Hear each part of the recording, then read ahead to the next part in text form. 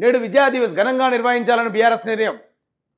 కేసీఆర్ ఆమరణ దీక్షతో, అంటే కేసీఆర్ గారు ఏదైతే నవంబర్ 27వ తారీఖు రోజు ఆమరణ నిరాహార దీక్ష నిర్వహించారో చేపట్టారు కదా, అది ఈ రోజుకి, అంటే ఈరోజు డిసెంబర్ 9, అంటే ఈరోజు తెలంగాణకు కూడా సెంట్రల్ గవర్నమెంట్ నుంచి కూడా ఒక ప్రకటన వచ్చిన రోజు, కేసీఆర్ గారు దీక్ష విరమించిన రోజు. అందుకే ఏదైతే నవంబర్ 27 రోజు పండుగ వాతావరణంగా జరుపుకున్నారో, ఈ డిసెంబర్ 9 కూడా పండుగ వాతావరణం జరుపుకోవాలని చెప్పేసి కూడా బీఆర్ఎస్ పార్టీ నిర్ణయించినట్టు ఒక వార్త మనం ఇక్కడ చూసుకోవచ్చు. తెలంగాణ ఇస్తామా అని చెప్పేసి ఇస్తామని చెప్పేసి కాంగ్రెస్ ఎన్నో దోబూచులాట కూడా చాలా మటుకు కూడా మొత్తం వాస్తవానికి తెలంగాణ మేము ఇస్తున్నామని చెప్పేసి ఎన్నో నమ్మబలికిన మాట దునియా మాట్లాడింది కాంగ్రెస్ పార్టీ. ఇక నువ్వు ఇస్తావా ఇయ్యవా అని చెప్పేసి అని గట్టిగా కేసీఆర్ గారు ఒక దీక్ష టైప్ తీసుకొని కేసీఆర్ వచ్చడం తెలంగాణ వచ్చడం కాన్సెప్ట్ తోటి వెళ్ళి మరి కేసీఆర్ గారు దీక్ష తీసుకున్న తర్వాత ఈరోజు డిసెంబర్ 9వ తారీఖు రోజు ఆ దీక్ష విరమించారు. ఎందుకు విరమించారు? రాత్రి 11 గంటలకి అప్పట్లో ఉన్న హోంమంత్రి చిదంబరం గారు ప్రకటన చేశారు. తెలంగాణ ఇవ్వడానికి మేము ప్రక్రియ ప్రారంభం చేసినాం. ఈరోజు అది అసెంబ్లీలో తీర్మానం చేసి పంపించండి, మేము తెలంగాణ ఇస్తాం, ప్రక్రియ ప్రారంభం ఈరోజు చేసినామని చెప్పేసి కూడా ఆ రోజు వచ్చిన వార్త. అది ఏది ఈరోజు దాదాపు ఈ రోజు కూడా 16 సంవత్సరాలు అయింది కంప్లీట్ అయ్యి. డిసెంబర్ 9తో 16 సంవత్సరాలు కంప్లీట్ అయింది. దానికి సంబంధించింది. అందుకే బీఆర్ఎస్ పార్టీ ఏం చెప్తుందంటే ఇది ఒక పండుగ వాతావరణం, ఈరోజు పండుగ, ఈరోజు తెలంగాణ రాష్ట్ర వ్యాప్తంగా పండుగ, ఇది పండుగలాగా జరుపుకోవాలని చెప్పేసి కూడా ఒక మాట బీఆర్ఎస్ పార్టీ చెప్తున్నమాట.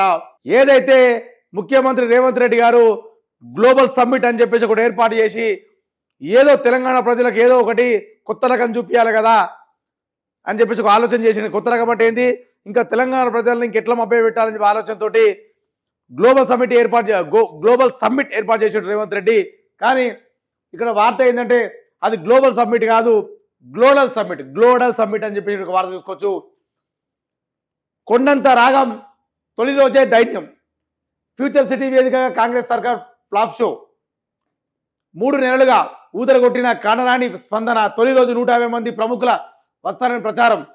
18 రాష్ట్రాల ముఖ్యమంత్రులు రానున్నట్టు ప్రకటనలు. వారికి స్వాగతం పలికేందుకు మంత్రులకు బాధ్యతలు. తీరా ఇటువైపే చూడని గ్లోబల్ ప్రముఖులు, సీఎంలు, ఏఐసిసి నేతలు, కాంగ్రెస్ ఎంపీలు కూడా గైరాజర్. చివరి స్థానిక నేతలతో లోకల్ సమ్మిట్గా మార్పు. పెట్టుబడుల కోసం కాదంటూ స్వరం మార్చిన సర్కార్. కుదిరిన ఒప్పందాల్లో సగం వచ్చేసి అనుమానాస్పదమే సంస్థలవే అని చెప్పారు. ఫ్యూచర్ సిటీలో తెలంగాణ రైజింగ్ గ్లోబల్ సమిటీ ప్రారంభ వేదికపై నోబెల్ శాంతి బహుమతి గ్రహీత కైలాష్ సత్యార్థి, సీఎం రేవంత్, కేంద్ర మంత్రి కిషన్ రెడ్డి, మంత్రి శ్రీధర్ బాబు అని చెప్పి కూడా ఒక వార్త మనం చూసుకోవచ్చు. ఏదైతే గ్లోబల్ సమ్మిట్ అని పెట్టుకుర్రో ఆ గ్లోబల్ సమ్మిట్ వచ్చేసి ఫ్యూచర్ సిటీ వేదికగా కూడా, ఆ ఫ్యూచర్ సిటీలో గ్లోబల్ సమ్మిట్ పెట్టారు కదా, ఆ ఫ్యూచర్ సిటీకి వేదిక కూడా కాంగ్రెస్ అట్టర్ ఫ్లాప్ షో అయిందంట. ఏదైతే గ్లోబల్ సమ్మిట్ అని పెట్టిర్రో అది కంప్లీట్గా ఓన్లీ గ్లోబల్ సమ్మిట్ అని చెప్పేసి అయిపోయింది, అట్టర్ ఫ్లాప్ షో అయిందంట. 3 నెలలుగా, అంటే దాదాపు మనం చూస్తున్నాం 3 నెలల నుంచి చెప్తూ ఉంటారు రేవంత్ రెడ్డి గారు ప్రతి ఒక్క మీటింగ్లో కూడా గ్లోబల్ సమ్మిట్ మంచిగా చేయాలా, ఘనంగా నిర్వహించాలా, దేశ విదేశాల నుంచి కూడా చాలామంది ప్రముఖులు వస్తుంటారు, అంటే పెట్టుబడులు చాలా వస్తాయి మనకని ఊదర కొట్టిండు కదా. ఆ ఊదర కొట్టిన దానికి కూడా ఒక్క స్పందన కూడా సరిగ్గా రాలేదంట. తొలి రోజు 150 మంది ప్రముఖులు వస్తారని ప్రచారం. అంటే ఫస్ట్ రోజే దాదాపుగా 150 మంది ప్రముఖులు దేశ విదేశాల నుంచి వస్తారని అనుకుంటే 18 రాష్ట్రాల ముఖ్యమంత్రులు రానుంటూ ప్రకటన. 18 మన భారతదేశంలో ఉన్న రాష్ట్రాలలో 18 రాష్ట్రాల ముఖ్యమంత్రులు కూడా ఈ గ్లోబల్ సమ్మిట్కి హాజరవుతారని చెప్పేసి కూడా ఒక ప్రకటన అప్పుడు చెప్పిన వాళ్ళు. వారికి స్వాగతం పలికేందుకు మంత్రులకు బాధ్యతలు. అంటే ఆ వచ్చే దేశ విదేశాల నుంచి వచ్చే వాళ్ళకే కావచ్చు, 18 రాష్ట్రాల ముఖ్యమంత్రులు వస్తారని చెప్పి మాట చెప్పారు కదా, వాళ్ళు వచ్చే వాళ్ళకే కావచ్చు, వారికి స్వాగతం పలికేందుకు కూడా మంత్రులకు కూడా బాధ్యతలు అప్పచెప్పినట్ట రేవంత్ రెడ్డి. తీరా ఇటు వైపే చూడడం గ్లోబల్ ప్రముఖులు, సీఎంలు. అంటే 18 రాష్ట్రాల ముఖ్యమంత్రులు ఇంత సాధారణంగా ఆహ్వానం పలుకుతున్నాం మేము రండి గ్లోబల్ సమ్మిట్కి అని చెప్పి రేవంత్ రెడ్డి గారు చెప్తే కూడా కమ్సేకం ఇటు వైపు ముఖం కూడా చూడలేదట ఆ ముఖ్యమంత్రులు. 18 రాష్ట్రాల ముఖ్యమంత్రులు ఇటు ముఖం కూడా చూడలేదంట.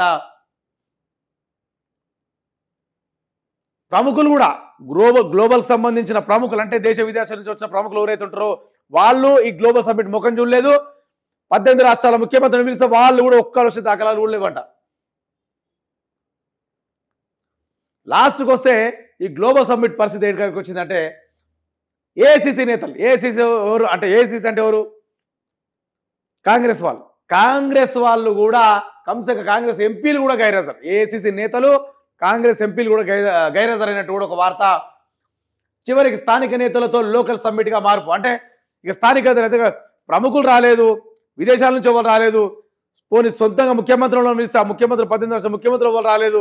మరి ఎట్లా చేయాలరా నాయన ఈ పరిస్థితి అంతా ఎట్లా అనుకుంటే లాస్ట్కి వచ్చే వరకల్లా కూడా లోకల్ నాయకులు ఎవరైతే ఉంటారో వాళ్ళతోటే సమ్మిట్, గ్లోబల్ సమ్మిట్ పూర్తి చేసినట్టు కూడా ఒక మాట. చివరి స్థాయిక నేతలు లోకల్ సమ్మిట్గా మార్పు.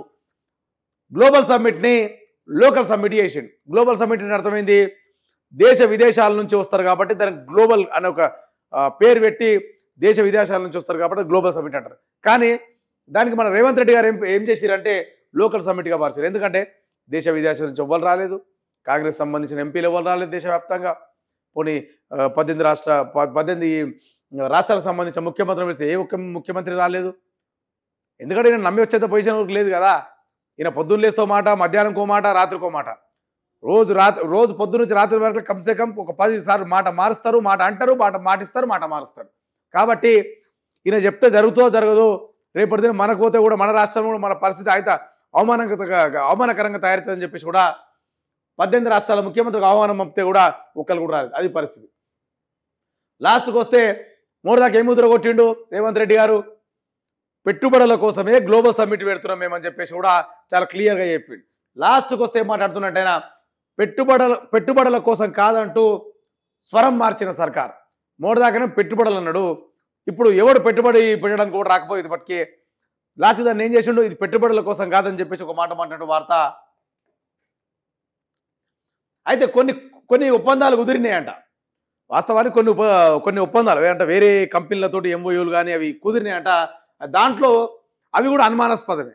అంటే ఆ జరిగిన ఒప్పందాలు కూడా అంటే వర్కౌట్ అవుతాయా, ఓన్లీ పేపర్ పెన్ మీదనే ఉంటుందా, కార్యాచరణ ఏమైనా దలుస్తుందా అని చెప్పి అది కూడా డౌటేనంట. కట్టుకథల కంపెనీ పెట్టుబడుల ప్రకటన, ట్రంప్ మీడియా ఆర్థిక మోసాలు, షేర్ల ధర పెంచుకునేందుకు అక్రమాలు, సెక్యూరిటీస్ అండ్ ఎక్స్చేంజ్ కమిషన్ దర్యాప్తులో టీఎంటీజీ అక్రమాలు రట్టు, చివరికి భారీ జరిమానా చెల్లించిన సంస్థ రాష్ట్రంలో లక్షల కోట్ల పెట్టుబడి పెడుతుందంట. ఇక్కడ హరీష్ రావుకు సంబంధించిన ఒక వార్త మనం ఇక్కడ చూసుకోవచ్చు. హరీష్ రావు, జగదీష్ రెడ్డి, సునీతా లక్ష్మారెడ్డి గారితో ఒక వార్త. 2 ఏళ్ల మొండి చెయ్యి, కాంగ్రెస్ ప్రభుత్వ 2 ఏళ్ల వైఫల్యాలపై సోమవారం తెలంగాణ భవన్లో మీడియాతో మాట్లాడుతున్న మాజీ మంత్రి హరీష్ రావు. చిత్రంలో మాజీ మంత్రి జగదీష్ రెడ్డి, సునీతా లక్ష్మారెడ్డి ఒక వార్త ఇక్కడ చూసుకోవచ్చు. రేవంత్ ప్రైవేట్ లిమిటెడ్ పాలనలో ప్రజలకు వేదన రోదన, గ్లోబల్ సమ్మిట్ చిత్తశుద్ధి లేని శివ పూజల 2047 డాక్యుమెంట్, సమ్మిట్ నిర్వహిస్తున్న భూమి ఎక్కడిదో చెప్పండి, ఆ భూసేకరణలో సీఎం చెమట చుక్కైనా ఉన్నదా, రేవంత్ రెడ్డి గుణపాఠం చెప్పారు దగ్గరలోనే. బీఆర్ఎస్ నేత మాజీ మంత్రి హరీష్ రావు ధ్వజం చేశాడు. బీఆర్ఎస్ నేత మాజీ మంత్రి హరీష్ రావు కూడా ఒక మాట ఇక్కడ చూసుకోవచ్చు. సబ్బండ వర్ణాలకు సర్కార్ దోకా, అటకెక్కిన కాంగ్రెస్ 6 గ్యారంటీలు అని చెప్పేసి కూడా ఒక వార్త. వాస్తవానికి సబ్బండ వర్ణాలకు తెలంగాణ రాష్ట్ర వ్యాప్తంగా కూడా ఈయన ఏదో ఊదర కొడుతున్నాయి. అక్కడ కూర్చొని గ్లోబల్ సమ్మిట్ చేసాం, బయట నుంచి ఏదో కంపెనీలు వస్తున్నాయి, తెలంగాణ రాష్ట్ర వ్యాప్తంగా కూడా చాలా మటుకు పెట్టుబడులు వస్తాయి, ఉద్యోగాలు వస్తాయని ఊదర కొట్టిండు కదా. అది కూడా సున్నానే, శూన్యం. రాష్ట్రానికి గ్లోబల్ సమ్మిట్ తోటి కూడా రూపాయి కూడా లాభం లేదు. అనవసరంగా వాళ్ళందరూ పిలిచి ఖర్చు బొక్క తప్ప ఏ లాభం కూడా లేదు. అదేవిధంగా సబ్బండ వర్ణాలకు ఇది మీటింగ్ పెట్టి మాట మాట్లాడుతుండు. కంప్లీట్ తెలంగాణ రాష్ట్ర వ్యాప్తంగా సబ్బండ వర్ణాలకు కూడా కాంగ్రెస్ సర్కార్ దోకా చేసిందని చెప్పాలి. ఇది క్లియర్. అది కంప్లీట్గా కాంగ్రెస్ సర్కార్ దోకా చేసింది తెలంగాణ రాష్ట్ర ప్రజలకు.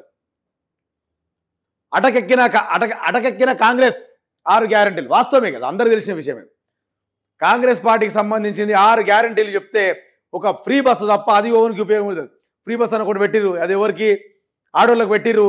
అది మొగోళ్ళ దగ్గర ఆడోళ్ళ టికెట్ ఉడుగుస్తుంది.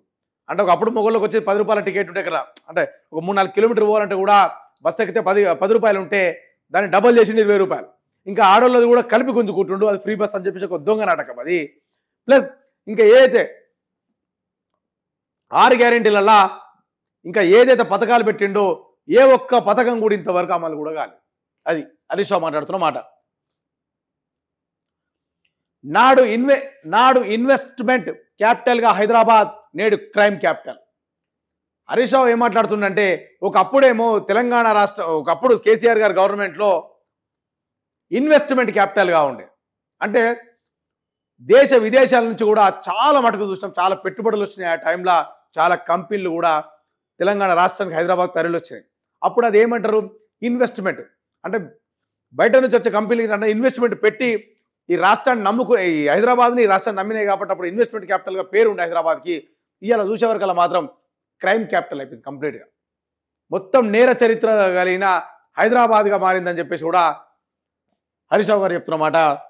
సెటిల్మెంట్లో అవినీతి కేర్ ఆఫ్గా పాలన, బిల్డప్ బాబాయ్ గారు రేవంత్. సెటిల్మెంట్లు అవినీతి వాస్తవం. ఇప్పుడు ఏది చేయాలన్నా, ఇప్పుడు ఏ గొడవలు ఉన్నా ఏది ఉన్నా కంప్లీట్గా రేవంత్ రెడ్డి గారు సెటిల్మెంట్లు చేస్తున్నారని చెప్పేసి కూడా హరీష్ రావు మాట్లాడుతుండు. ఇంకా అవినీతి ఎక్కడ చూసినా కూడా తెలంగాణ రాష్ట్రంలో చాలా మటుకు అవినీతి పేటరైపోతుందని మనం చెప్పుకోవాలా. దానికి కూడా కేర్ ఆఫ్ అడ్రస్గా బిల్డప్ బాబాయ్ రేవంత్ అంట. అది హరీష్ రావు గారు మాట్లాడుతున్నమాట. బిల్డప్ బాబాయ్ అని చెప్పేసి ఒక బిల్డప్ బాబాయ్ లాగా రేవంత్ రెడ్డి గారు ప్రవర్తిస్తున్నారు. ఈ రాష్ట్రానికి ముఖ్యమంత్రిగా కాకుండా బిల్డప్ బాబాయ్ లాగా ప్రవర్తిస్తున్నారని చెప్పేసి కూడా హరీష్ రావు మాట్లాడుతున్నమాట. మెస్సీ ఆటతో రాష్ట్రానికి ఒరిగిందేంది, నిన్ను ప్రజలే ఫుట్బాల్ ఆడతారు. అయితే వాస్తవానికి మొన్న నుంచి మనం టాపిక్ ఒకటి చూసుకుంటున్నాము. మన రేవంత్ రెడ్డి గారు ఇంత షెడ్డి టీషర్ట్ వేసుకొని ఫుట్బాల్ ఆడడానికి మనం నెట్ ప్రాక్టీస్ చూసినాం. మన సోషల్ మీడియా అందరికీ చూసిందే అది.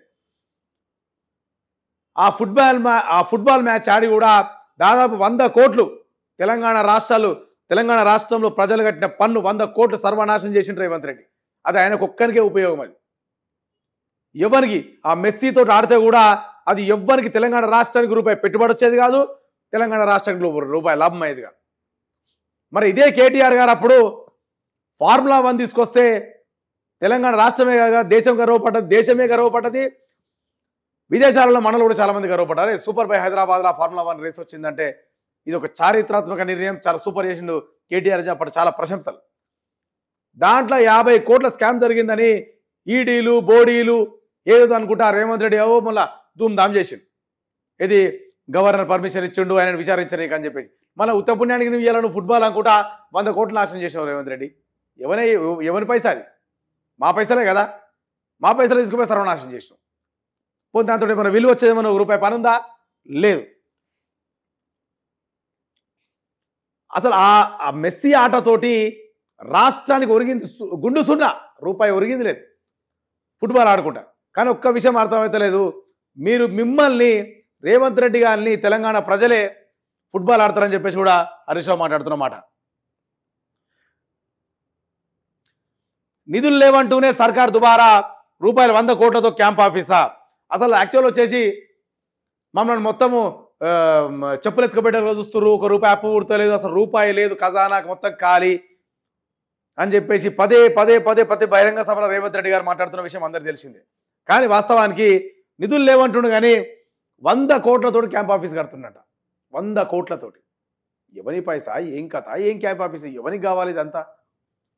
తెలంగాణ రాష్ట్ర ప్రజలు మొత్తం కూడా రేవంత్ రెడ్డి గారిని ఏదైనా డెవలప్మెంట్ చేయమని అడుగుతుర్రు, ఇచ్చిన పథకాలు అమలు చేయమంటుర్రు, జీత భత్యాలు కూడా టైంకి ఏమని అడుగుతుర్రు తప్ప ఇట్లా వందల కోట్లు. నేను ఫుట్బాల్ అక్కడ 100 కోట్లు నాశనం చేసిండు, మళ్ళీ ఇప్పుడు క్యాంప్ ఆఫీస్ కట్టి మళ్ళీ ఒక 100 కోట్లు నాశనం చేస్తాడని చెప్పేసి కూడా హరీష్ రావు మాట్లాడుతున్నమాట.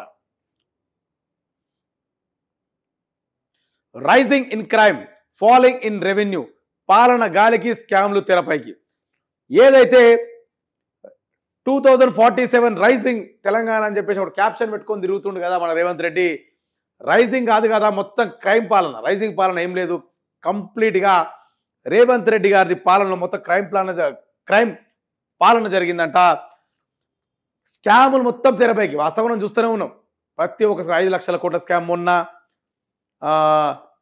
మన కరెంట్ స్కామ్ వచ్చేసి ఒక 50,000 కోట్లది కరెంట్కి సంబంధించి అదొక స్కాము. చాలా మటుకు కూడా స్కాములు మొత్తం తెరపైకి వస్తున్నాయని చెప్పేసి కూడా హరీష్ రావు మాట్లాడుతున్నమాట. ఇక్కడ ఇంకో వార్త చూసుకుంటే, హామీల ఎగవేత జనం నిలదీత, కాంగ్రెస్ పై పల్లెపోరు, నేతలకు నిరసనల హోరు. ప్రచారంలో ఎమ్మెల్యేలు నేతలపై ప్రశంసల వర్షం. ఇందిరమ్మ చీరల సగం మందికైనా ఎందుకు ఇవ్వలేదని, రుణమాఫీ ఇంతవరకు ఎందుకు పూర్తి చేయలేదని ప్రశ్నిస్తూ జనగామ జిల్లా లింగాల గణపురం మండలం జీడికల్లో కడియం శ్రీహరిని నిలదీస్తున్న మహిళలు. ఇందిరమ్మ ఇళ్లలో అన్యాయం జరిగిందని పేర్కొంటూ మహబూబాబాద్ జిల్లా నరసింహులపేట మండలం కొమ్ముల వంచలో ఎమ్మెల్యే రామచంద్రు నాయక్ని వాహనానికి అడ్డుగా నిలబడిన గ్రామస్తులు అని చెప్పేసి కూడా హామీల ఎగవేత జనం నిలదీత అని చెప్పేసి ఈ వార్త మనం ఇక్కడ చూసుకోవచ్చు. కాంగ్రెస్ పై పల్లెపోరు, నేతలకు నిరసనల హోరు. ప్రచారంలో ఎమ్మెల్యేలు నేతలపై ప్రశ్నల వర్షం. వాస్తవానికి అది ప్రశంస కాదు, ప్రశ్నల వర్షం. ఎక్కడైతే తెలంగాణ రాష్ట్రంలో పంచాయతీ ఎలక్షన్ జరుగుతున్నాయి కదా, ఈ కాంగ్రెస్ పార్టీ 2023లా కల్లబొల్లి మాటలు చెప్పి 6 గ్యారంటీలు 420 హామీలు చెప్పి అప్పుడు ఏ ఒక్క హామీ కూడా నెరవేర్చకుండా ప్రజలకు పోయారు కదా సర్పంచ్ ఎలక్షన్ చెప్పేసి. ప్రతి ఒక్కరు ఇక్కడ కడియం శ్రీహరిని కావచ్చు, ఎమ్మెల్యేని, ఇక్కడ రామచంద్రు నాయక్ను కూడా వాహనానికి అడ్డుగా నిలదీస్తారు ఖచ్చితంగా. ఎందుకంటే ఏ హామీ మీరు చేయలే, పోనీ ఏమన్నా మీరు హామీలు చేసిర్రా అంటే ఒకడు ప్రూఫ్ లేవు. ఫ్రీ బస్సు తప్ప ఇంతకుముందు చెప్పిన భార్యకు ఫ్రీ, భర్తకు డబుల్ టికెట్ అని చెప్పేసి ఎక్కడ ఏ ఒక్క హామీ కూడా మీరు చేయలేదు కాబట్టి ప్రజలు మొత్తం నిలదీస్తున్నారు. ప్రచారంలో ఎమ్మెల్యేలు నేతలపై ప్రశ్నల వర్షం. ప్రచారానికి వచ్చిన ఎమ్మెల్యేలు వచ్చినా నేతలు వచ్చినా కూడా తెలంగాణ రాష్ట్ర గ్రామ పంచాయతీల ప్రజలు మొత్తం, విలేజ్ ప్రజలు మొత్తం కూడా కంప్లీట్గా ప్రశ్నల వర్షం కురిపిస్తారంట. మాకు ఇస్తాను హామీలు ఏమైనాయి, లాస్ట్ కోసం ఇందిరమ్మ చీరలు కూడా సగమే ఇచ్చారంట. మొన్న రేవంత్ రెడ్డి ఏదో అంగు ఆర్భాటాలతోటి ఇందిరమ్మ చీర అని చెప్పి స్టార్ట్ చేసిండు కదా, ఆ ఇందిరమ్మ చీరలను సవ్యంగా పోయినాయి ఆడబిడ్డలకు అనుకుంటే కూడా అది కూడా ఏం లేదు, అది కూడా సగం పోయిన చీరలేనంట. సగం చీరలే పోయినాయి వాళ్ళ చేతికి. వాళ్ళు కూడా నిలదీస్తారు లాస్ట్కి వస్తే. మహిళా సంఘాలకి చీరల ఇండ్ల బిల్లులేవి అంటే ఓన్లీ మహిళా డ్వాక్రా భూములు, డ్వాక్రా పథకాలు ఉంటాయి కదా మహిళలకు సంబంధించిన, మిత్తిలకు అవి తీసుకుంటారు కదా, ఆ పథకాలకు సంబంధించిన వాళ్ళకే, ఆ గ్రూప్లకే, ఆ డ్వాక్రా గ్రూప్ల మహిళలకే చీరలు అంట. ఇక మిగతా వాళ్ళు మహిళలు కాదు, వాళ్ళకి ఇస్తలేరు అని అడుగుతుర్రు తెలంగాణ ఆడబిడ్డలు. మరి ఇండ్ల బిల్లులేవి ఏదైతే ఇందిరమ్మ ఇల్లు అని చెప్పేసి గొప్పగా చెప్పుకున్న రేవంత్ రెడ్డి ఊరికి ఇన్నిస్తాను మాట్లాడింది కదా, పాపం ఉన్న ఆ పెంకుటిలో గుడిసెను కూలగొట్టుకొని ఇల్లు కట్టుకుందామని చెప్పి ప్రయత్నం చేస్తే ఒక స్లాబ్ వేసిన, పిల్లర్లు వేసినాక ఒక బిల్లు, స్లాబ్ వేసినాక ఒక బిల్లు వస్తుంది కదా, ఆ బిల్లులు కూడా ఇంతవరకు కూడా ఇవ్వని పరిస్థితి కాంగ్రెస్ సర్కార్ది తెలంగాణ రాష్ట్రంలో అని చెప్పి మహిళలు అంటారు. ఇండ్లు, గ్యాస్ సబ్సిడీ, రుణమాఫీ ఏమైనాయి? గ్యాస్ సబ్సిడీ ఇస్తా అని చెప్పేసి మాట్లాడారు కదా, అసలు ఆ గ్యాస్ సబ్సిడీ కూడా ఏమైందని చెప్పేసి కూడా వాళ్ళు నిలదీస్తున్నారు. ఇంకొకటి ఏంటంటే రుణమాఫీ కూడా ఏమైందని చెప్పి ఒక నిలదీత. వర్ధన్నపేట ఎమ్మెల్యేపై 2వ రోజు జనాగ్రహం. వర్ధన్నపేట ఎమ్మెల్యేపై కూడా 2వ రోజు కూడా ఆయన వస్తే కూడా జనం చాలా మటుకు సీరియస్ అయ్యారంట ఎమ్మెల్యే మీద. తులం బంగారం ₹2,500 ఎప్పుడు ఇస్తారని చెప్పి రామచంద్ర నాయక్ను అడ్డగించిన మహిళలు. ఏదైతే 2023లో కల్లబొల్లి మాటలు చెప్పి రేవంత్ రెడ్డి గవర్నమెంట్కి వచ్చింది కదా, 2000 తులం బంగారం ఇస్తాం ఆడబిడ్డకు అని చెప్పేసి పెళ్లి టైంలో, అవి ఏమైనాయి? 2,500 ఇంట్లో ఎంతమంది ఆడవాళ్ళు ఉంటే అంతమంది ఆడవాళ్ళకు కూడా 2,500 ఇస్తామని మాట్లాడారు కదా అప్పుడు రేవంత్ రెడ్డి. అవి మాకేమైనా ఎందుకు ఇస్తారని చెప్పేసి కూడా ప్రజలు నిలదీస్తారని చెప్పేసి ఒక వార్త ఇక్కడ చూసుకోవచ్చు. రామచంద్రు నాయక్ ఎమ్మెల్యేని అడ్డగించిన మహిళలు అని చెప్పేసి వార్త చూసుకోవచ్చు. ఎమ్మెల్యే వెడ్మా బొజ్జును నిలదీసిన జనం. ఆలేరు ఎమ్మెల్యే బీర్ల ఐలయ్యకు నిరసన సెగ. ఏదైతే ఆలేరు ఎమ్మెల్యే బీర్ల ఐలయ్య ఉన్నాడో ఆయనకు కూడా, అయిన కన్నా వాస్తవానికి ఒక్క మాట మనం క్లియర్ ఒకటి అర్థం చేసుకోవాలా, వాళ్ళు చెప్పిన 100% దొంగ మాట. ఎలక్షన్ టైంలో ఒక్క హామీ కూడా నెరవేర్చారు ఇప్పటిదాకా కాంగ్రెస్ వాళ్ళు. కాబట్టి వీళ్ళ ముగ్గురిదే మన పేపర్లో వచ్చింది కాబట్టి చూస్తున్నాం. కానీ వాస్తవానికి ఏ కాంగ్రెస్ ఎమ్మెల్యేనే కావచ్చు, ఏ కాంగ్రెస్ నాయకుడే కావచ్చు, ఊర్ల పొంట పోతే నిలదీస్తారు వాళ్ళు. ఎట్లా పడతారు? ఎందుకంటే వాళ్ళు గవర్నమెంట్ ఉన్నారు కాబట్టి ఉరికిస్తలేదు ఇంకా వాళ్ళని. ఎందుకంటే రేపు పుసుకుని ఆయన రేపు మేము గట్టి ఏమైనా మాట్లాడినామనుకో ఏం చేస్తారో వీళ్ళకి భయంతో, గవర్నమెంట్లో వాళ్ళే ఉన్నారు కదా, పోలీసుతో సహా అంత సపోర్ట్ వాళ్ళకే ఉంటుంది కాబట్టి అట్లా ఏం మాట్లాడకుండా నిలదీస్తుంది అన్నట్టు. కానీ వాస్తవానికి అసెంబ్లీ ఎలక్షన్ టైంలో ఈ ఎమ్మెల్యేని మళ్ళీ పోతే మాత్రము ఉరికిస్తారు ఒక్కొక్క ఎమ్మెల్యేని. చూడరు మీరు ఈ మాట. కాంగ్రెస్ సంబంధించిన నాయకులే కావచ్చు, ఎమ్మెల్యేనే కావచ్చు, 100% ఉరికిస్తారు. ఫ్యూచర్ సిటీ చెల్లదు. గ్లోబల్ సమ్మిట్ వేళ ప్రభుత్వానికి ఫార్మా రైతుల షాక్. ఫార్మా సిటీ భూముల్లో ఫ్యూచర్ సిటీ ఎలా నిర్మిస్తారు? ప్రభుత్వం నిర్ణయం చట్ట ప్రకారం చెల్లుబాటు అవుతుందా? ఫార్మా సిటీపై హైకోర్టు ఇచ్చిన అఫిడవిట్ మాట ఏమిటి? ఇది పారిశ్రామికవేత్తలను మోసం చేయడం కాదా? సర్కారు నమ్మొద్దు, పెట్టుబడులు పెట్టి మోసపోవద్దు. పెట్టుబడిదారులకు ఫార్మా సిటీ భూ బాధితుల విజ్ఞప్తి అని చెప్పి వార్తగా మనం చూసుకోవచ్చు. ఏదైతే రేవంత్ రెడ్డి గారు ఫ్యూచర్ సిటీ అని కడుతున్నారని చెప్పేసి ఊదర కొడుతుంది కదా ఒక మాట, అక్కడ సంబంధించిన రైతులు ఉంటారు కదా, ఆ భూమికి సంబంధించిన రైతులు అసలు వాస్తవానికి వచ్చేసి ఫార్మాసిటీ భూముల్లో ఫ్యూచర్ సిటీ ఎట్లా నిర్మిస్తారని చెప్పేసి కూడా రైతులు మాట్లాడుతున్న మాట. ప్రభుత్వ నిర్ణయం చట్ట ప్రకారం చెల్లుబాటు అవుతుంది. చట్ట ప్రకారం అంటే వీళ్ళు ఆల్రెడీ ఫార్మాసిటీపై హైకోర్టుకి ఇచ్చిన అఫిడవిట్ మాట ఏమిటి, ఫార్మాసిటీకి సంబంధించి హైకోర్టు అఫిడవిట్ ఇచ్చినప్పుడు కూడా ఇది ఒకవేళ చట్ట ప్రకారం ప్రభుత్వం తీసుకున్న నిర్ణయం చట్ట ప్రకారం చెల్లుబాటు అవుతుందా, మళ్ళీ హైకోర్టు ఏమన్నా స్టే కానీ కొట్టేయడం కానీ జరుగుతుందని చెప్పేసి కూడా ఒక డౌట్ మీద ఉన్నది. ఇది పారిశ్రామికవేత్తలు మోసం చేయడం కాదా? ఎవరైతే పారిశ్రామికవేత్తలు పెట్టుబడులు పెట్టడానికి వస్తున్నారో వాళ్ళని మోసం చేయడానికి కాదా అని చెప్పేసి కూడా ఆ కంపెనీలు ఇక్కడ నుంచి అక్కడ తరలిస్తున్న మాట్లాడారు కదా, పొల్యూషన్ సాకు చూపి అది వాళ్ళ మోసం చేయడం కాదా అని చెప్పి ఒక వార్త. సర్కారు, ఈ కాంగ్రెస్ సర్కారు నమ్మొద్దు, పెట్టుబడులు పెట్టి మోసపోవద్దని చెప్పేసి కూడా అక్కడ ఎవరైతే భూ బాధితులు ఉన్నారో, అక్కడ రైతులు ఎవరైతే ఉన్నారో వాళ్ళు డైరెక్ట్ ఫార్మాసిటీ భూ బాధితుల విజ్ఞప్తి ఎవరికి, పారిశ్రామికవేత్తలకు. ఇది జాగ్రత్తగా మీరు ఒకసారి ఆలోచన చేయాల్సిన వార్త ఇది. క్యాన్సర్ రోగులకు కాంగ్రెస్ శాపం, ఎంఎన్జే క్యాన్సర్ హాస్పిటల్కు నిర్లక్ష్యపు జబ్బు, వ్యాధి గుర్తింపు నుంచి చికిత్స దాకా రోగులకు అవస్థలు, 15 రోజులుగా పనిచేయని రేడియేషన్ యంత్రాలు, ఐవి కాంట్రాస్ట్ అందుబాటులో లేక ఆగిన సిటీ స్కాన్లు, ఏబీజీ కార్డులు లేక ఆక్సిజన్ స్థాయి గుర్తించలేని దుస్థితి. క్యాన్సర్ పేరు చెప్తేనే రోగులు హడిపోతుంటారు, కుటుంబాలు అల్లాడిపోతుంటాయి, చికిత్స అయ్యే ఖర్చును తలుచుకుంటేనే వెన్నులో వణుకు పుడుతుంది. నిరుపేదలైతే ఇక వారి పరిస్థితి వర్ణాతీతం. అలాంటి వారిని ఎంఎన్జే క్యాన్సర్ హాస్పిటల్ హక్కును చేర్చుకొని పూర్తి ఉచితంగా చికిత్స అందించి జీవితానికి భరోసా కల్పించింది. అయితే కాంగ్రెస్ పార్టీ, ఇది రెండో పేపర్ ఉంది, దీన్ని వివరించే ప్రయత్నం చేస్తా. ప్రభుత్వం ఏర్పడిన తర్వాత ఎంఎన్జే హాస్పిటల్ నిర్లక్ష్యపు జబ్బు పట్టుకుంది. అంటే ఈ కాంగ్రెస్ గవర్నమెంట్ వచ్చినాక ఏదైతే క్యాన్సర్ హాస్పిటల్ సంబంధించింది సిటీ ఫిల్ములు లేవు, సీడీలు తెచ్చుకోండి అని చెప్పేసి కూడా మాట్లాడుతున్న మాట. స్కాన్స్ లేవు. ప్రభుత్వం ఏర్పడిన తర్వాత కనీసం ఈ ప్రభుత్వం ఎటువంటి భరోసా ఇచ్చి సరైన చికిత్స అందించిన ప్రభుత్వం చాలా చేతులు ఎత్తేసిందని చెప్పి కూడా ఒక వార్త ఇక్కడ చూసుకోవచ్చు. కనీస సదుపాయాలు కల్పించడంలో విఫలం కావడంతో వ్యాధిని గుర్తించడం దగ్గరి నుంచి చికిత్స అందించేదాకా రోగుల అవస్థలు పడాల్సి వస్తున్నది. చివరికి ఆక్సిజన్ స్థాయిలను గుర్తించే పరిస్థితి లేకపోవడం దవాఖానా దుస్థితికి నిదర్శనంగా నిలుస్తున్నది. ఒకప్పుడు కార్పొరేట్ ధీటుగా సేవలు అందించిన ఎంఎన్జే ఇప్పుడు ఈ స్థాయికి దిగజారిపోయిందంటూ రోగులు ఆవేదన వ్యక్తం చేస్తున్నారట. వందల మందికి సేవలు.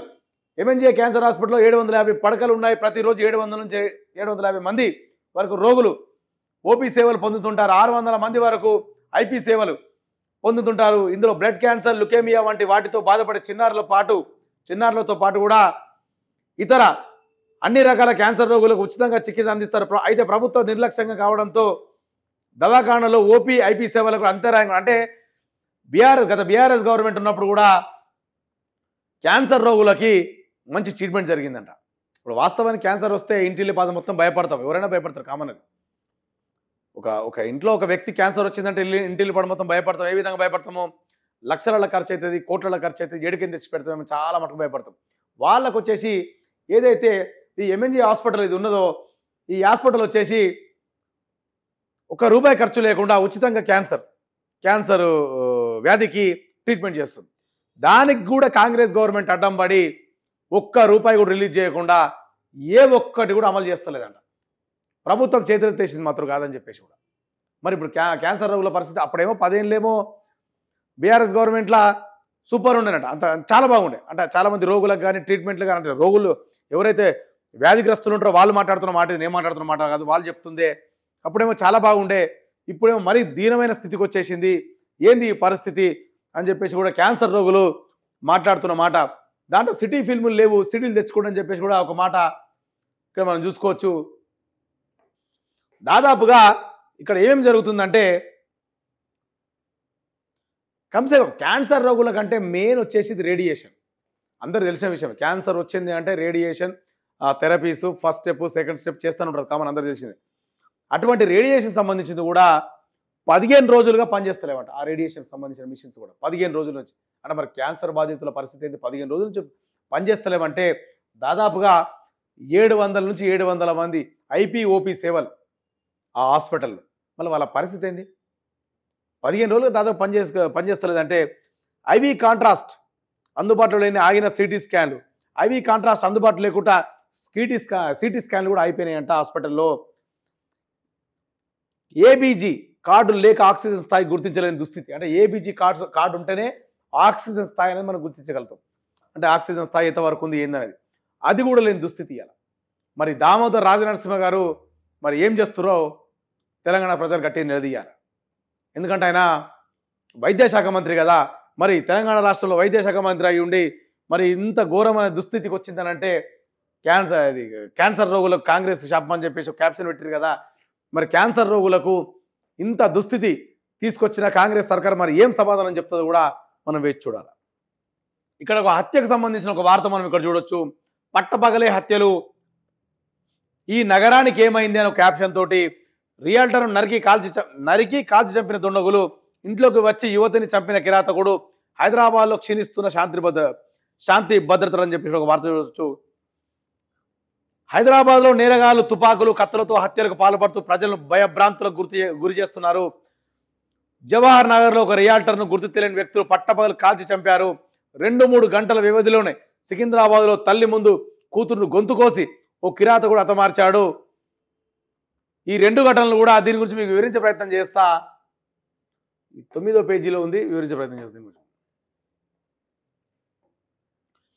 పట్టపగలే హత్యలని చెప్పేసి సోమవారం హైదరాబాద్లో తీవ్ర సంచలనం సృష్టించే హైదరాబాద్లో శాంతి భద్రతలు రోజు రోజుకు దిగజారుతున్నాయని కూడా ప్రజలు ఆందోళన వ్యక్తం చేస్తున్నారు. వివరాలకు వెళ్తే జవహర్ నగర్ కార్పొరేషన్ సాకేత్ కాలనీలో వెంకటరత్నం 46 ఏజ్కు సంబంధించిన వెంకటరత్నం భార్య 2 కూతుళ్లతో కలిసి నివసిస్తున్నాడు. వెంకటరత్నం రియల్ ఎస్టేట్ వ్యాపారం చేస్తూ జీవనం సాగిస్తున్నాడు.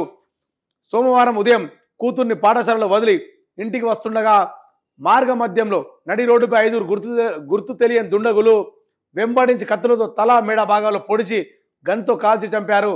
అనంతరం దుండగులు పెద్దగా అరుస్తూ ఆటోలో 4 బైక్ మీద ఒకరు అక్కడి నుంచి పరారయ్యారు. మృతుడు కొన్నేళ్ల క్రితం ధూల్పేట ప్రాంతంలో రౌడీ షీటర్లు సన్నిహితంగా ఉన్నట్లు పోలీసులు అనుమానిస్తున్నారు. కొన్ని హత్యలు, ఆర్థిక వివాదాల నేపథ్యంలో ప్రతీకార చర్యలో భాగంగానే హత్య జరిగినట్టు కూడా పోలీసులు ప్రాథమికంగా నిర్ధారణకు వచ్చారు. జవహర్ నగర్ పోలీసులు కేసు దర్యాప్తు చేస్తున్న ఒక వార్త మన డీసీపీ శ్రీకాంత్ గారు ఈ కేసు దర్యాప్తు చేస్తున్నట్టు కూడా ఒక వార్త ఇక్కడ వచ్చింది. తల్లి ముందే కూతురు దారుణ హత్య. ముషీరాబాద్ డివిజన్ బాపూజీ నగర్లో నివసించే కాంతారావు లక్ష్మి దంపతుల కూతురు పవిత్ర, 19 సంవత్సరాల వయసున్న పవిత్ర ఇంటర్మీడియట్ పూర్తి చేసి ఇంట్లోనే ఉంటున్నది. పవిత్రకు వరుసకు బావ అయ్యే రహమత్ నగర్ చెందిన ఉమాశంకర్ పవిత్రను పెళ్లి చేసుకుంటానని ఆమె తల్లి తండ్రులకు చెప్పాడు. అతని ప్రవర్తన నచ్చని వారు నిరాకరించారు. సోమవారం వారు మధ్యాహ్నం ఇంట్లో తల్లి కూతురు ఉన్న సమయంలో వచ్చిన ఉమాశంకర్ పవిత్రతో వివాహం ఎందుకు చేయాలంటూ వాదించాడు. వెంట తెచ్చుకున్న కత్తితో పవిత్ర గొంతు కోసి పరారై తీవ్రంగా గాయపడ్డ పవిత్ర దుర్మరణం పాలైంది. అసలు హైదరాబాద్ నగరంలో శాంతి భద్రతలు లేవు. కంప్లీట్గా హైదరాబాద్ నగరం అనేది కూడా ఒక క్రైమ్ నగరంగా తయారైంది.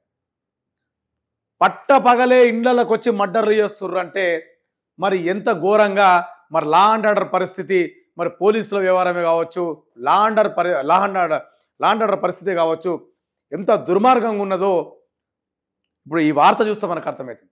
తల్లి కూతుర్లు ఇంట్లుంటే వాడు కూడా ఆ అమ్మాయి పవిత్ర భావనంట ఆ సిగ్గులేనోడు పెళ్లి చేసుకుంటామని అడిగిందంట. సరే పెళ్లి చేసుకుంటామని అడిగితే ఆమె చేసుకోనన్నదేమో నీ ప్రవర్తన అంటే చక్కగా లేదంట. ఫస్ట్ ఆఫ్ ఆల్ ఎవడైతే ఉమాశంకర్ ఉండో వాడి ప్రవర్తన సరిగ్గా లేదంట.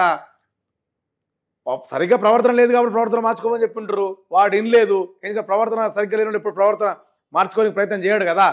మరి ఏం చేయాలని చెప్పేసి ఇంటికాడికి వచ్చి తల్లి కూతురు ఇద్దరే ఉన్నారంట. ఆ టైంలో వచ్చి ఒళ్ళు పెట్టుకొని అనవసరంగా పవిత్ర 19 సంవత్సరాలు ఉన్న అమ్మాయి పవిత్రను ఘోరంగా కత్తి తెచ్చుకొని మరీ కొట్టాడ పెట్టుకొని మరీ చంపేసిపోయాడు. మరి ఏం చేస్తుంది పోలీస్ డిపార్ట్మెంట్? హైదరాబాద్ ఈ నగరానికి ఏమైంది అంటే హైదరాబాద్కి ఏమైంది, ఈ హైదరాబాద్ క్రైమ్ సిటీగా మారింది అని చెప్పేసి యాజ్ అ క్లారిటీగా మనం ఇక్కడ ఈ పట్టపగల హత్యలు చూసుకుంటే మనకు అర్థమవుతుంది.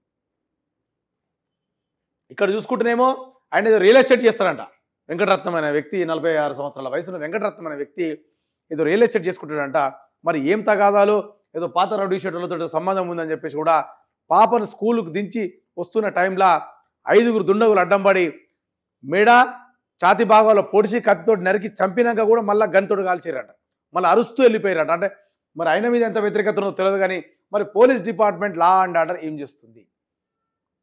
ఇప్పుడు హైదరాబాద్లో మీరు తీసుకునే ఏదైతే మీరు కఠిన నిర్ణయాలు తీసుకుంటారో ఆ కఠిన నిర్ణయాలకి ఎవడైతే ఈ క్రైములు చేస్తారో వాళ్ళు భయపడే ఆలోచన ఉంటుంది. ఎటువంటిది ఏం లేకుండా ఈ కఠిన నిర్ణయాలు లేవు, ఏం లేవు, గాలికి వదిలేశారు కంప్లీట్గా. హైదరాబాద్ని పోలీస్ డిపార్ట్మెంట్ కూడా గాలికి వదిలేసి హైదరాబాద్ని క్రైమ్ బాద్గా చేసేసింది అని మనం తెలుసుకోవాల్సింది. ఇక్కడ ఒక వార్త చూసుకుందాం మనము. కేసీఆర్ ఆనవాళ్ళ పనులన్నీ ఆపేద్దాం, గత ప్రభుత్వ నిర్మాణాలను పట్టించుకొని కాంగ్రెస్ సర్కార్. అంటే కేసీఆర్ ఏదైతే అప్పట్లో మొదలుపెట్టిన పనులు ఉన్నాయో అవి కంప్లీట్గా ఆపేద్దామని చెప్పేసి ఒక ఆలోచనకు వచ్చారంట. అది 5వ పేపర్ ఉంది, దాని గురించి మీకు నేను విశ్లేషణ చేసే ప్రయత్నం చేస్తాను. అంటే కేసీఆర్ గారు ఏదైతే మొదలుపెట్టిర్రో అవి నేను మీకు చెప్పే ప్రయత్నం చేస్తా. ఆగిపోయిన ఆడిటోరియం. జోగులాంబ గద్వాల్ జిల్లా నల్లకుంటలో 3 ఏళ్ల క్రితం బీఆర్ఎస్ హయాంలో మొదలైన పనులు కాంగ్రెస్ పాలనలో నిలిచిపోగా వెలవెలబోతున్న ఆడిటోరియం భవనం. జోగులాంబ గద్వాల్ జిల్లాల నల్లకుంటలో 3 ఏళ్ల క్రితం అంటే బీఆర్ఎస్ గవర్నమెంట్ ఉన్నప్పుడు ఆడిటోరియం కడదామని చెప్పేసి ఒక ప్లాన్ తోటి బీఆర్ఎస్ గవర్నమెంట్ మొదలు పెడితే కాంగ్రెస్ వచ్చిన తర్వాత దాన్ని ఒక బూత్ బంగ్లాగా మార్చేసారు. అంటే కేసీఆర్ మన రేవంత్ రెడ్డి గారు అప్పుడప్పుడు మాట్లాడుతుంటారు కదా, కేసీఆర్ అనే టోన్నే పీకేస్తా, కేసీఆర్ ఆనవాళ్ళు లేకుండా చేస్తా తెలంగాణ రాష్ట్రంలో మాట్లాడతారు కదా. ఇగో దానికి నిదర్శనమే ఇక్కడ ఆగిపోయిన ఆడిటోరియం. ఎందుకు? ఎవరిదైనా ప్రజల సొమ్మే కదా, మా సొమ్మే కదా. ప్రతి తెలంగాణ రాష్ట్రంలో ప్రతి ఒక్క ప్రజలు కూడా ప్రతి ఒక్క మనిషి కూడా ట్యాక్స్ కడితేనే మీకు జీతాలు వస్తున్నాయి, పైసలు వస్తున్నాయి కాబట్టి ఇవన్నీ కడుతుర్రు. దానికి అడ్డం పడి ఆపాల్సిన అవసరం ఏమొచ్చింది? పోనీ ఎట్లన్నా నువ్వు బతుకమ్మ చీరల పేర్లు తీసి ఇంద్రమ్మ చీర అని పేరు పెట్టుకున్నావు కదా, సరే ఆ పేరున ఇంద్రమ్మ పేరు పెట్టుకున్నావు, ఏదో పెట్టుకోక, రాహుల్ గాంధీ పేరు పెట్టుకుంటావా, ఇంద్రమ్మ పెట్టుకుంటావా, లేకపోతే రాజీవ్ గాంధీ పెట్టుకో, నష్టమేం లేదనలా. కానీ ఆ పని ఆడిటోరియం ఎందుకు ఆపాలా? అంటే కేసీఆర్ కట్టి ఆడిటోరియం కంప్లీట్ చేస్తే కేసీఆర్కి మంచి పేరు వస్తుంది, మళ్ళీ నాకు చెడ్డ పేరు వస్తుంది అని ఒక ఆలోచనతో రేవంత్ రెడ్డి గారు చేస్తున్న కథలు. దాంట్లో భాగంగా ఇంకోటి కూడా ఉంది. కళావిహీనం భవన నిర్మాణం. నిజామాబాద్ బీఆర్ఎస్ హయాంలో చేపట్టిన కళాభారతి భవన నిర్మాణ పనులు కాంగ్రెస్ పనులు ఆగిపోయిన దుస్థితికి నిదర్శనం ఇది. నిజామాబాద్లో బీఆర్ఎస్ హయాంలో చేపట్టిన కళాభారతి అని ఒకటి మన రవీంద్ర భారతి టైప్ ఒక కళాభారతి అని చెప్పేసి ఒక నిర్మాణం చేపడితే బీఆర్ఎస్ గవర్నమెంట్లో కాంగ్రెస్ గవర్నమెంట్ వచ్చేసి ఇప్పుడు ఆపేసింది. అది దుస్థితి. ఇక్కడ చూడొచ్చు మనం. అరే ఇవన్నీ ప్రజలకు అవసరమైన పనులు కదా రేవంత్ రెడ్డి గారు, మీరు ఒకటి ఆలోచన చేస్తలేదు. ఒకటి మీరు ఇది ప్రజల అవసరాలకు ప్రజలకు పనిచేయాల్సిన ప్రజల అవసరాలను తీర్చే కట్టడం ఇవన్నీ కూడా. దానికి మీరు ఎందుకు అడ్డం పడుతుర్రు? అవసరమైతే మీ పేర్లు పెట్టుకోండి, రేవంత్ రెడ్డా, లేకపోతే రాజీవ్ గాంధీ, లేకపోతే సోనియా గాంధీ, ఇందిరాగాంధీ, అన్ని గాంధీలు, ఏ గాంధీ ఉందో ఆ గాంధీ, ఆ నెహ్రూవా, లేకపోతే ఏ గాంధీ పెడితో పెట్టేసి పనులు స్టార్ట్ చేసి మీ బోర్డు పెట్టుకొని చేయొచ్చు కదా, ప్రజలకు మంచి అవుతుంది కదా. ఏదో కేసీఆర్ మీద పగతోటి ఇదంతా మీ ప్రజలకు నష్టం చేస్తుంటే ఎట్లా? ప్రజల సొమ్మే కదా, బూత్ బంగ్లాలో మారుతున్నాయి అవన్నీ. మీరు ఏమి జనానికి మంచి చేద్దాం అనుకుంటారో అర్థమవుతలేదు. కానీ ఇక్కడ ఇది కూడా నిర్లక్ష్యపు జబ్బు. మంచిర్యాల జిల్లా చెన్నూరులో పనులు ఆగిపోయిన 100 పడకల దవాఖానా భవనం. ఇది ఆప్తే ఏమొచ్చింది నీకు? ఇది ఆప్తే ఏమొచ్చింది? 100 పడకల దవాఖానా అంటే దాదాపుగా తెలంగాణ రాష్ట్ర ప్రజలకు కూడా ఈ దవాఖానా అంటే కూడా మంచిర్యాల ప్రజలకు కూడా, చెన్నూరు ప్రజలకు కూడా ఈ 100 పడకల ఆసుపత్రి అంటే ఎంత నయమైతే కంప్లీట్ అయితే. అరే వైద్యపరంగా రూపాయి ప్రైవేట్ ఆసుపత్రికి దోసుక తింటారు, దాన్ని కంట్రోల్ చేస్తారంటే అది కూడా చేత కాదు మీకు. అరే ఆసుపత్రి కడితే దానికి ఎందుకు అడ్డం పడతారు? అది కడితే బాగానే, అది మీ పేరు పెట్టుకోర్రి, లేకపోతే పెద్ద బోర్డు పెట్టుకొని ఒక పక్కకు హాస్పిటల్ అంతా కట్టినాక ఓ పక్కకు పెద్ద బోర్డు పెట్టుకున్నాక రేవంత్ రెడ్డి పెడతావా, లేకపోతే సోనియా గాంధీ పెట్టుకుంటారా, లేకపోతే ఇందిరాగాంధీదా, లేకపోతే రాహుల్ గాంధీదా పెట్టుకోరి. కనుక భవనం ఎందుకు ఆపాలా? అది ప్రజల గద పనిచేసేది. వైద్యం ఎంత ఇంపార్టెంట్ ప్రజలకి. ఆల్రెడీ బస్తీ దవాఖానా సగం నాశనం చేసిరు హైదరాబాద్లో, సగమైంది, మొత్తం నాశనమైంది అనుకో. కానీ ఇదేం పరిస్థితి? ఇది కంప్లీట్ చేసి ఇది మొత్తం 100 పడకల ఆసుపత్రిని కంప్లీట్ చేసి తీసుకొచ్చి ప్రజలకు మీ గొప్పగా చెప్పుకోండి. అరే మేమే చేస్తాం, ఆల్రెడీ ఇయని ఉద్యోగాలు మీరే ఇచ్చినామంటారు, చేయని అభివృద్ధి మీరే చేసినామంటారు, ఇవన్నీ పథకాలు మేమే ఇచ్చినామంటారు. మరి ఇది కూడా కంప్లీట్ చేసి మేమే కట్టినాం, మేమే శంకుస్థాపన చేసినాం, ఈ 100 పడకల ఆసుపత్రి కాంగ్రెస్ గవర్నమెంట్లో జరిగిందని గొప్ప చెప్పుకోరి, ఎవ్వడు కాదంటలేడు. కానీ ఆ పని పూర్తి చేయండి. అక్కడ చెన్నూరు ప్రజలకు, మంచిర్యాల జిల్లా చెన్నూరు ప్రజలకు ఆసుపత్రి కట్టి వాళ్ళకి అప్పచెప్తే వాళ్ళు వైద్యానికి చూసుకునే ఆలోచన ఉంది, వైద్యం చేపించుకునే ఆలోచన ఉంటుంది. ఒక్కటైతే మీరు ఖచ్చితంగా గుర్తుపెట్టుకోవాలా, కేసీఆర్ మీరు పగతోటి మీరు ఇవన్నీ చేస్తున్నారంటే కూడా ఇది కరెక్ట్ కాదు, ఇది అది ఆలోచన చేసుకోవాలా. ఇంతవరకు ఏ ముఖ్యమంత్రి కూడా చంద్రబాబు నాయుడు గారు పనులు మొదలుపెట్టిన కూడా రాజశేఖర రెడ్డి ఆపలే, కొనసాగించుకుంటూ వచ్చారు. పోనీ కాంగ్రెస్, మీ కాంగ్రెస్ దౌర్భాగ్య పాలన చేసిరు కదా 2014 ముందు కూడా, అసలు పాలన చేస్తే కూడా మీరేమైనా కాంగ్రెస్ గవర్నమెంట్ 108 కూడా ఎవరు రేవంత్ ఎవరు సీఎం కేసీఆర్ ఆపలే, ఇంకా కొనసాగించింది. రాజశేఖర రెడ్డి ప్రవేశపెట్టిన పథకాలు కూడా, కాంగ్రెస్ గవర్నమెంట్ ప్రవేశపెట్టిన పథకాలు కూడా ఏం ఆపలే, ప్రవేశపెట్టిన కొనసాగించిండు కూడా ఆయన 10 ఏళ్ళ గవర్నమెంట్లో. మీరెందుకు ఇట్లా చేస్తారు అన్యాయంగా? ఇది కరెక్టేనా? మీకేమన్నా ఒకసారి ఆలోచన చేసుకోరు. కేసీఆర్ ఆన వల్ల పనులన్నీ ఆపేద్దాం, జిల్లాలో ఎక్కడికెక్కడ నిలిచిపోయిన అభివృద్ధి పనులు, నిధులు ఇవ్వకుండా నిర్లక్ష్య వైఖరి, సంక్షేమం పైన రాజకీయ కుయుక్తులు, ఇది పరిస్థితి. హైదరాబాద్లోని ముషీరాబాద్లో మధ్యలోనే ఆగిన ప్రభుత్వ పాఠశాల భవనం. కేసీఆర్ ప్రభుత్వ పాలనలో సిద్దిపేటలో మొదలుపెట్టిన 1000 పడకల దవాఖాన భవన నిర్మాణ పనులు ఆగిపోయిన వైనం. సిద్దిపేటలో బీఆర్ఎస్ సర్కారు మొదలుపెట్టిన రింగ్ రోడ్డు పనులు ప్రస్తుతం ఆగిన దుస్థితి. చెరువుపై కట్టను కట్టేది ఉందా? రంగారెడ్డి జిల్లా రావిర్యాలలో మధ్యలో అరకొరగా మిగిలిపోయిన చెరువు కట్ట పనులు. కాంగ్రెస్ సర్కారు నిర్లక్ష్యంతో ముందుకు సాగిన సిద్దిపేట నర్సింగ్ కాలేజ్ బిల్డింగ్ పనులు. నల్గొండలో మర్రిగూడ బైపాస్ వద్ద నత్తనడకన సాగుతున్న ఫ్లైఓవర్ నిర్మాణం. ఇంకా చూసుకోవచ్చు, ఇక్కడ సిద్దిపేట కలెక్టర్ ఆఫీస్ వెనకాల పిల్లలతో దశలోనే ఆగిపోయిన వెటర్నరీ కళాశాల పనులు. కరీంనగర్లో బీఆర్ఎస్ హయాంలో చేపట్టిన హరిత హోటల్ భవన నిర్మాణ పనులు, కాంగ్రెస్ పనులు ఆగిపోయిన దుస్థితి. సిద్దిపేటలో అర్ధాంతరంగా నిలిచిపోయిన శిల్పారామం నిర్మాణ పనులు. నారాయణపేటలో ఆగిపోయిన జిల్లా గ్రంథాలయ భవన నిర్మాణ పనులు.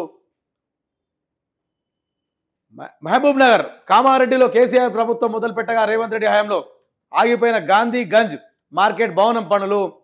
మహబూబ్ నగర్లో మినీ ట్యాంక్ బండ్ వద్ద నిర్మాణ పనులు ఆగిపోయిన వంతెన. నిజామాబాద్ జిల్లా నందిపేటలో పనులు నిలిచిపోయిన పద్మశాలి కళ్యాణ మండపం, కదలని కలెక్టరేట్ పనులు. నారాయణపేటలో నత్తనడక సాగుతున్న జిల్లా కలెక్టర్ పరిపాలన విభాగాల భవన సముదాయం పనులు అని చెప్పేసి కూడా ఇన్ని ఘనం ఆగిపోయినాయి. కేసీఆర్ గారు చేపట్టిన కార్యక్రమాలలో ఆయన